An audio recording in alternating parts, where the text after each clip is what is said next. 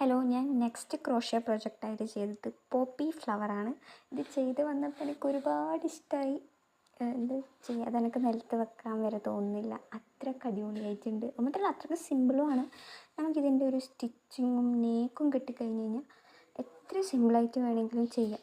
ഒരു കാര്യം എന്ന് വെച്ച് കഴിഞ്ഞാൽ, നമുക്കിതിൽ ഇൻട്രസ്റ്റ് ഉണ്ടെന്നാണെങ്കിൽ ഒട്ടും തന്നെ മടുപ്പുണ്ടാവില്ല. എത്ര സമയം വരെ വേണമെങ്കിലും നമ്മൾ ഇരുന്നിരുന്ന് ചെയ്യും. ഇതിന് 3 പാർട്ടായിട്ടാണ് വരുന്നത്.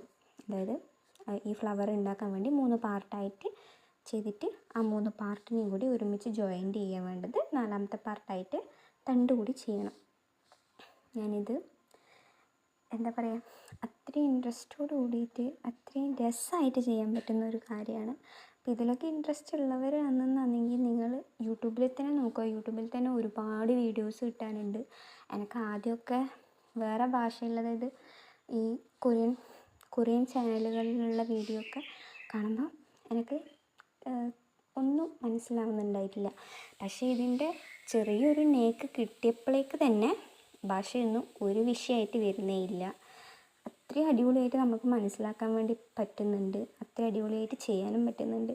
വീഡിയോ ഇഷ്ടപ്പെട്ടാൽ എന്തായാലും ലൈക്ക് ചെയ്യണം. ബായ്.